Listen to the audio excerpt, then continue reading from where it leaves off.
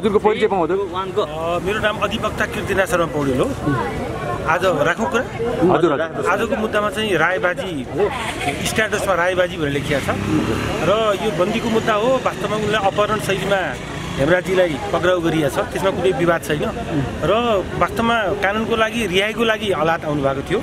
आज सुनवाई भयो र म लगायतका साथीहरूले त्यसमा बहस गरेका थियौँ। हजुर कतिजना हुनुहुन्थ्यो तपाईहरु? हामी लगभग 30-35 जना उइलोड थियौँ। हामी हजुर 30-35 जना हामी कानुन व्यवसायले बहस गरेका थियौँ। रिहाईको लागि हामीले चाहिँ आएको हो र हामी कानुनको रूपमा चाहिँ उनलाई रिहाई हुनुपर्दछ, उनलाई राखिएको थुना गैर कानुनी थुना हो, थुना मुक्त हुनुपर्दछ भनेर हामीले फाइल अघि बढाएका थियौँ र आज सम्मानित अदालतबाट रायबाजीको भनेर आएको छ। अब यो पुणामा पेश हुन्छ, डिभिजन बेन्चले गरेको यो आदेश हो यो। र यसमा चाहिँ रायबाजी भनिन्छ यसलाई कानुनी भाषामा, शब्दावलीमा।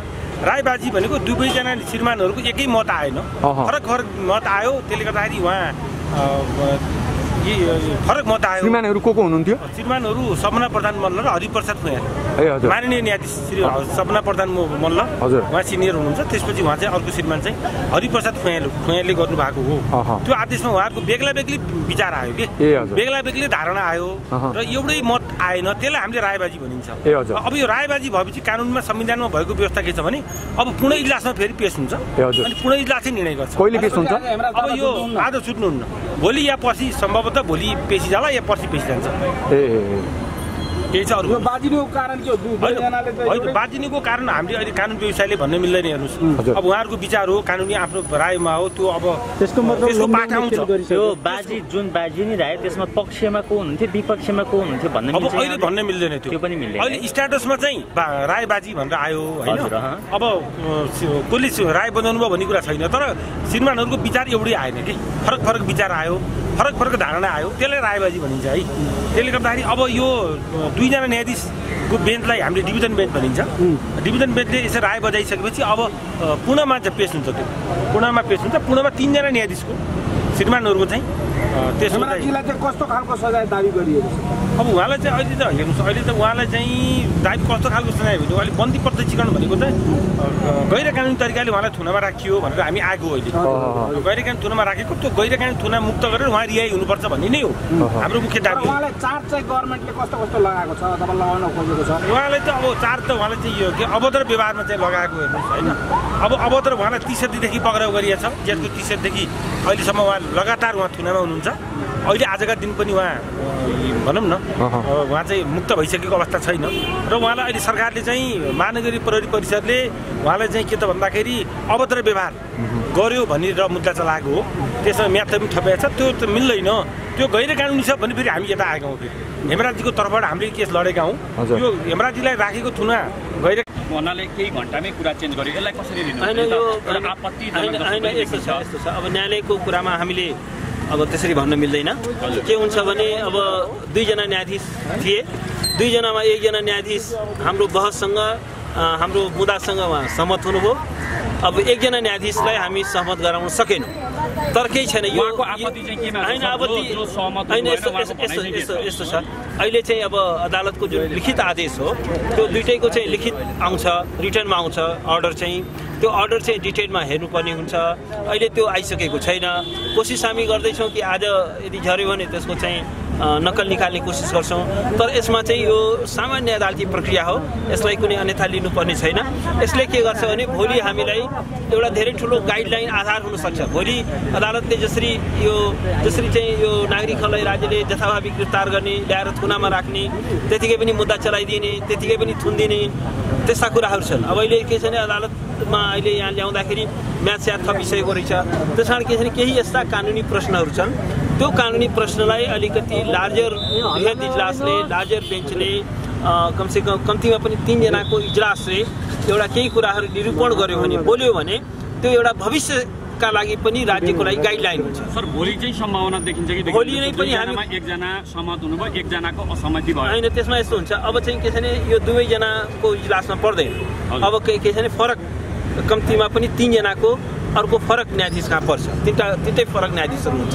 त्यस कारण के छ भने अब 3 जनामा त के हुन्छ भने त्यहाँ त त्यसमा त बहुमत र अल्पमतको कुरा आउँछ। 3 जनामा 2 जना सहमत हुनु भने भोलि रिट जारी हुन्छ, भोलि न होला पर्सि होला। हजुर असहमत भएमा के अगाडि कसरी हैन, असहमत त 2 जनामा 1 जना असहमत भए, एकजना सहमत भए, एकजनाले रिट जारी गरे, एकजनाले रिट खारिज गरे। बुझ्नु भएन? अहिले त 2 जनाको फरक ओपिनियन आयो, 2टा न्यायाधीश। जसो तपाईँ हामी हेर्छौँ नि अमेरिकामा पनि 9 जना न्यायाधीश छन्। अब 5 जना न्यायाधीशले रिट जारी गर्यो भने त्यो रिट जारी हुन्छ। भोलिकोमा 2 जना असहमत भए केस कसरी अगाडि बढ्छ? हैन, 2 जना सहमत भयो भने 2 जनाकै राय अदालतको राय मानिन्छ। जस्तो भन्नुहोस् न 3 जना न्यायाधीश कहाँ गयो, 3 जना न्यायाधीश कहाँ जाँदाखेरि 3 जनामा के हुन्छ, 2 जना न्यायाधीशले ल यो चाहिँ थुना गैर कानुनी छ, थुना मुक्त गर्नु भनेपछि अदालतको ओपिनियन त्यही भयो, मेजोरिटी चाहिँ प्रिभेल गर्छ। 1 जनाको चाहिँ डिसेन्टिङ ओपिनियन हुन्छ, असहमतको राय हुन्छ, त्यो राय चाहिँ कानुन हुँदैन। 2 जनाको जुन अदालतको बहुमतको जुन आदेश हो। होइन सर, हामी यसैमा प्रश्न दिउँ, भोलि 2 जनाले हेमराजलाई थुन्नेमा सहमति, 3 जना मध्ये 2 जना चाहिँ हेमराज विरुद्ध जानु भने केस कसरी अगाडि बढ्छ? त्यो भयो भने चाहिँ अब होइन, त्यो चाहिँ अब त्यो भनेको त अब रिट खारिज भयो होइन। तर अहिले नै हामी निराशावादी चाहिँ हुँदैन होइन। त्यसपछि चाहिँ के छ भने अहिले नै हामी त्यसरी प्रेडिक्ट नगरौँ। हामी चाहिँ यो अदालत भनेको टेम्पल अफ जस्टिस हो, यो न्यायको मन्दिर हो र यो रायबाजी हुनु, फरक मताउनु यो अदालतको लागि एउटा एकदमै सामान्य प्रक्रिया हो। र त्यस्तो यस कारण के छ भने हामी चाहिँ अहिलेसम्म हाम्रो अदालतको जुन ट्रेन्ड छ त्यो ट्रेन्डलाई हेर्दाखेरि व्यक्तिक स्वतन्त्रताको पक्ष नै अदालत उभिएको देखिन्छ र यस किसिमको गैर कानुनी थुनाहरूलाई मुक्त गर्दै आएको छ। त्यस कारण के छ भने यो एउटा सामान्य अदालती प्रक्रियालाई एउटा सामान्य रूपमा लिउँ। अब 2 जना न्यायाधीशमा 1 जना असहमत भए, तर के हो भने अब हेर्नु भएको थियो हजुर, मैले पनि बस गरेँ। के भयो भित्र भन्नु त? भित्र चाहिँ हामीले बस गऱ्यौँ। त्यहाँ बस गर्दाखेरि हेमराजले चाहिँ अभद्र व्यवहार गर्यो भन्ने किसिमको सरकारी वकिलले चाहिँ जिकिर त्यो दाबी लिइरहनु भएको थियो। हामीले के भन्यो भने अभद्र व्यवहार गरेको होइन, सार्वजनिक सरितागिरीको घर पनि सार्वजनिक स्थान पनि होइन र महिला बालबालिकालाई भेटेर हातपात गरेको अवस्था पनि होइन, गैरकानुनी काम पनि नगरेको हुँदा यो अभद्रभित्र पर्दैन। यो चाहिँ सरितागिरीको चाहिँ एउटा चाहिँ राष्ट्रिय विखण्डनकारी, राष्ट्रलाई विखण्डन गर्ने, नेपालको भूभागलाई इन्डियामा जोड्ने समेतका एउटा चाहिँ ट्रिजनको चाहिँ अपराध कायम हुनेसम्मको अभिव्यक्ति दिएको कारणबाट श्रीमान यो चाहिँ वास्तवमा चाहिँ एउटा हाम्रो त एउटा रगत उम्लिन्छ भने श्रीमान एउटा हेमराज जस्तो 27-28 वर्षको केटाको त के होला श्रीमान भनेपछि त्यो आवेगमा आएर श्रीमान उसले राष्ट्र बचाउनको लागि सरकारलाई प्रेसर दिएर एउटा चाहिँ 20 वर्षसम्म जन्मकैद हुन सक्ने सम्मको अवस्थाको यो एउटा चाहिँ अपराध हो श्रीमान। यसमा चाहिँ कारबाही गर्नलाई दबाब दिनको लागि चाहिँ हेमराजले चाहिँ वास्तवमा यसमा चाहिँ एउटा चाहिँ यो अभिव्यक्त गरेको अवस्था हो, एउटा कालो झण्डासम्म गाडेको अवस्था हो। यो अभद्र व्यवहार होइन, उसले हात हतियार लिएर कुनै गरेर अनधिकृत प्रवेश घरभित्र गरेको होइन। त्यसकारण हेमराज चाहिँ वास्तवमा चाहिँ श्रीमान यो नेपाली जनताको आवाज हो र होइन ठिक छ, राष्ट्रिय विखण्डनलाई बाट रक्षा गर्नको लागि चाहिँ यो गरेको हो श्रीमान। त्यसकारण यसले चाहिँ सबै पाउनुपर्छ भन्ने किसिमबाट हामीले यसरी नै बसहरू गऱ्यौँ र श्रीमान पनि यो चाहिँ एउटा प्रवृत्त भावनाबाट यो काम गरेको होला। निवेदनमा चाहिँ मागदाईमा थियो, हेमराजको मागदाईमा उसको मास्क खोलेर उसलाई लगिएको थियो। यो डिस्टेन्स कायम नगरिकन, एउटा सुरक्षा नगरिकन किन उहाँलाई चाहिँ यसरी मास्क नलग्ने भन्ने पनि श्रीमानबाट प्रश्नहरू हो। श्रीमानहरू पनि राम्रै प्रश्नहरू आएको हामीले महसुस गऱ्यौँ। अब 2टा श्रीमानको रायबाजी हो, एउटा श्रीमानले चाहिँ उहाँलाई थुनामुक्त गर्नुपर्छ, रिट जारी हुनुपर्छ भन्ने किसिमको र एउटा श्रीमानबाट चाहिँ अब यो चाहिँ उहाँलाई चाहिँ हरिफियालले चाहिँ छोड्नुपर्छ भन्नुभयो, सपना मल्लले चाहिँ हुँदैन भन्नुभयो, समथिङ त्यस्तै खालको भयो। त्यो भएपछि अब 2टा श्रीमानको राय बाजेपछि अब 3टा श्रीमान अथवा 5वटा श्रीमानको पूर्ण इलाजबाट चाहिँ यो चाहिँ निर्गल हुनुपर्छ भन्ने किसिमबाट रायबाजी भएपछि त्यो अब जाने भयो। अब चाहिँ पूर्ण इलाजबाट भोलि अथवा पर्सि कहिले अब तोकिन्छ, त्यहाँबाट चाहिँ निर्णय भएर चाहिँ उहाँको चाहिँ अब थुनामुक्त हुने अवस्थाहरू होला भन्ने आशा गर्छु। हस्, धन्यवाद। कानुनको गलत प्रयोग भएको देखियो भने त्यो थुना चाहिँ के छ भने गैर कानुनी छ भनेपछि त्यो रिट जारी हुन्छ र अदालतले थुनामुक्त हुने आदेश गर्छ। अब यो मुद्दामा चाहिँ के छ भने अब यहाँ त नेपालमा यो जबदेखि न्याय संहिता लागू हो अब हरेकलाई चाहिँ के छ भने अभद्र व्यवहारको एउटा चाहिँ मुद्दा लाउँदो रहेछ।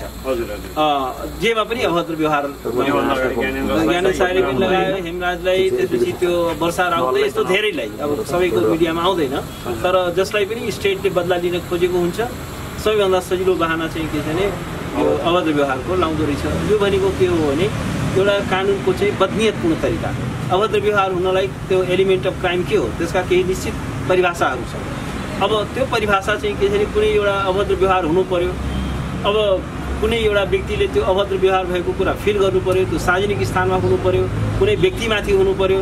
अब ढोकामा चाहिँ के छ भने झन्डा गाडेको छ भनेपछि त्यो पनि अभद्र व्यवहार, कुनै व्यक्तिसँग चर्को स्वरमा बोलेको छ भने त्यो पनि अभद्र व्यवहार, सरकारको आलोचना गर्यो त्यो पनि अभद्र व्यवहार।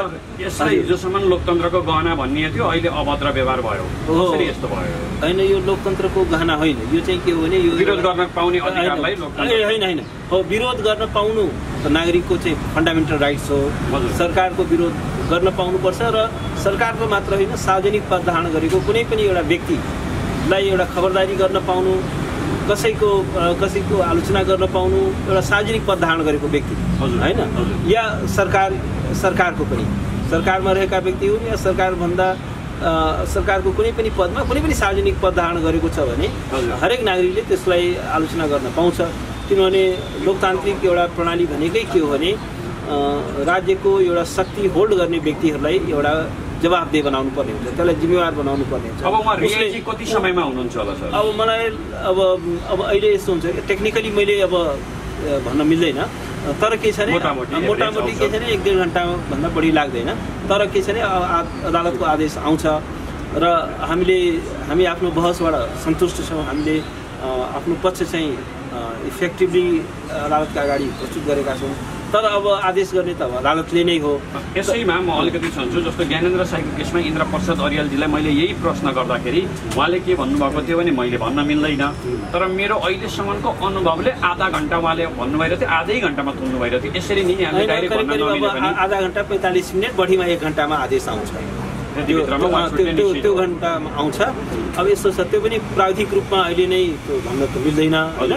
तर अहिलेसम्म अब हामीले धेरै बन्दी प्रत्यक्षीकरणको यस किसिमको धेरै मुद्दाहरूमा बहस गरियो र अहिलेसम्मको जुन अनुभव छ हाम्रो, त्यो अनुभव हेर्दाखेरि खास गरेर व्यक्तिको स्वतन्त्रताको पक्षमा चाहिँ हाम्रो अदालत चाहिँ उदार नै रहेको छ।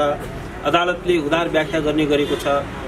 अदालतले व्याख्या गर्दाखेरि व्यक्तिको स्वतन्त्रतालाई ध्यानमा राख्छ र अदालत के हो भने एउटा नागरिकको जुन संवैधानिक अधिकार हो त्यसको एउटा प्रमुख रक्षक, एउटा guardian of the constitution, guardian of the fundamental rights of the citizen, नागरिकहरूको व्यक्तिगत स्वतन्त्रताको त्यो एउटा गार्जियनको रूपमा रहेको छ, एउटा संरक्षणकर्ताको रूपमा रहेको छ र अदालतले आफ्नो यो भूमिकालाई एउटा प्रभावकारी ढङ्गले निर्वाह गर्दै आएको छ।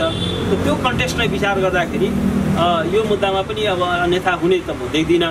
तर प्राविधिक रूपमा अहिले मैले त्यो कुरा भन्नु चाहिँ उचित हुँदैन, किनभने औपचारिक रूपमा यसको बारेमा एउटा चाहिँ आदेश गर्ने चाहिँ इजलासले नै हो। तर एउटा कुरामा म के विश्वस्त छु भने हाम्रो न्यायपालिकाको अहिलेसम्मको इतिहासलाई हेर्दाखेरि, अहिलेसम्मको अनुभवलाई हेर्दाखेरि अदालतले जसरी एउटा नागरिकको स्वतन्त्रताको पक्षमा एउटा उदार व्याख्या गर्ने गरेको छ र यदि गैर कानुनी छ भने त्यो थुनाबाट मुक्त गर्ने गरेको छ र एउटा हरेक नागरिकलाई एउटा पोलिटिकल राइट्स छ, व्यक्तिको स्वतन्त्रता छ, विचारको स्वतन्त्रता छ। हरेक लोकतान्त्रिक समाज भनेकै एउटा ओपन सोसाइटी हो जहाँ चाहिँ विचारको एउटा खुला प्रतिस्पर्धा हुन्छ र वास्तवमा के हो भने एउटा नागरिकको व्यक्तिको स्वतन्त्रतामाथि एउटा चाहिँ मुद्दा चलाउनु, त्यसलाई गिरफ्तार नै गर्नु, त्यो कुनै पनि लोकतान्त्रिक समाजको लागि त्यो सुहाउँदो कुरो होइन। हेमराज थापाको सँगसँगै मैले एउटा प्रश्न गरेँ, हिजो सरिता गिरीको गेटमा कालो झन्डा राखेको न्युमा हेमराज थापा गिरफ्तार हुनुहुन्छ, लगायत त्यो अन्य टोली हुनुहुन्छ जो उहाँहरूको पनि 1-2जनाको नाम रहन्छ। यस पछाडि अरू केस पनि सकिएर जान्छ, त्यहाँ टोली जो छन् या व्यक्तिगत रूपमा फेरि अरू पनि पक्राउ हुने सम्भावना छ? अब यो चाहिँ के छ भने अहिले अदालतले चाहिँ यो इस्युमै मात्रै कन्सन्ट्रेट गर्छ। तर एउटा कुरा के हो भने अब यसपछि यसमा यो थुना चाहिँ गैर कानुनी भनेर अदालतले घोषित गरिसकेपछि अब मेरो विचारमा त्यो अरूलाई फेरि समातेर ल्याउनु, अरूलाई चाहिँ मुद्दा चलाउनु त्यो चाहिँ न्यायोचित हुँदैन। किनभने अदालतले ठ्याक्कै एउटै कुरामा इन्भल्भ भएको भनिएको जुन आरोप लाग्यो त्यसमा अदालतले त्यसलाई गैर कानुनी भनिसकेपछि, रिहा गरिसकेपछि त्यही विषयमा फेरि अरू व्यक्तिहरूलाई फेरि चाहिँ प्रस्तुत गर्नु, अरू व्यक्तिहरूलाई फेरि मुद्दा चलाउनु त्यो चाहिँ एउटा न्यायोचित देखिँदैन, त्यो उचित देखिँदैन, त्यो तर्कपूर्ण देखिँदैन। त्यो चाहिँ के हुन्छ भने फेरि अदालतले एउटा चाहिँ बदलाको भावना हेर्नुहोस्, राज्यले कुनै नागरिकमाथि बदलाको भावना लिन मिल्दैन, प्रतिशोधको भावना लिन मिल्दैन। राज्य चाहिँ जहिले पनि के छ भने हामी एउटा लोकतान्त्रिक राज्य हो, हाम्रो एउटा लोकतान्त्रिक संविधान छ, त्यसमा नागरिकको चाहिँ व्यक्तिगत स्वतन्त्रताको चाहिँ प्रत्याभूति गरिएको छ। नेपाल अन्तर्राष्ट्रिय कानुनका तमाम जसले नागरिकको अधिकार र स्वतन्त्रतालाई ग्यारेन्टी प्रदान गरेको छ त्यस्ता तमाम अन्तर्राष्ट्रिय कानुनको पनि नेपाल चाहिँ पक्ष राष्ट्र हो। त्यसकारण के छ भने राज्यले कानुनको प्रयोग गर्दाखेरि एउटा चाहिँ गुड फेथमा अर्थात् चाहिँ के छ भने एउटा फेयरली नागरिकको स्वतन्त्रतालाई चाहिँ रेस्पेक्ट गर्ने गरी त्यसलाई राज्यको काम चाहिँ नागरिकको अधिकार र स्वतन्त्रतालाई कुण्ठित गर्ने होइन, हनन गर्ने होइन, त्यसलाई चाहिँ फेसिलिटेट गर्ने हो। त्यस कारण के छ भने अब टार्गेट गरेर अब बदलाको भावनाले एउटा चाहिँ के छ भने मान्छेले थुनी छाड्ने, मान्छेलाई चाहिँ मुद्दा चलाइ छाड्ने, यो जुन किसिमको जुन भावना हो यो चाहिँ एउटा निरङ्कुश प्रवृत्ति हो। र वास्तवमा के छ भने नागरिकको जुन एउटा आलोचनाको अधिकार छ, विचारको अधिकार छ, त्यसलाई राज्यले फ्रिली चाहिँ एक्सर्साइज गर्न दिनुपर्छ। लोकतन्त्र भनेकै चाहिँ के छ भने मार्केट प्लेस अफ आइडियाज हो, जहाँ विचारहरूले प्रतिस्पर्धा गर्छ, विपरीत विचारहरू, फरक विचारहरू, असहमत विचारहरू पनि अभिव्यक्त हुने मौका पाउँछन् र राज्यले त्यसलाई चाहिँ रेस्पेक्ट गर्नुपर्छ। सरलाई मैले अन्तिममा एउटा प्रश्न गर्न चाहेँ। जस्तो हेमराज थापाको मोटामोटी यहाँले अनुमान गरिसक्नुभयो, हामीले पनि बुझिसक्यौँ, सङ्केत दिइसक्नुभयो। तर प्रश्न के छ भने हिजो मङ्गल थापाले सरिता गिरी उप केस चलाउन जाँदा टेकु प्रहरी चौकी र सर्वोच्चले उहाँलाई साथ नदिएर केस अगाडि बढ्न सकेन, रिट दायर गर्न सक्नु भएन। एउटा व्यक्ति हेमराज थापालाई चाहिँ तत्काल केस लाग्ने, गेटमा झन्डा गाडेको भरमा, अर्को व्यक्ति जसले चाहिँ राष्ट्रियताको गेटमा लात्ताले प्रहार गरेको छ उहाँलाई केही नलाग्ने, कानुन किन? अब यसमा अहिले के छ भने त्यसलाई पनि अब चुनौती दिने ठाउँहरू छ होइन। अहिले रिट दर्ता नगरे पनि फेरि त्यसको बारेमा पनि फेरि बेन्चले पनि विचार गर्न सक्छ। अहिले त प्रशासनिक लेभलमा मात्रै त्यो कुरा आएको छ, तर त्यो अहिले कसरी अगाडि बढ्छ त्यो हेर्न बाँकी नै छ। अहिले चाहिँ उहाँले हामीसँग भनेको हिसाबले रिट लिन अस्वीकार भने पनि के हुन्छ भने यस्तो हुन्छ कि पहिला कुनै पनि रिट चाहिँ त्यहाँको शासनमा प्रस्तुत हुन्छ, रजिस्ट्रारमा पेश हुन्छ।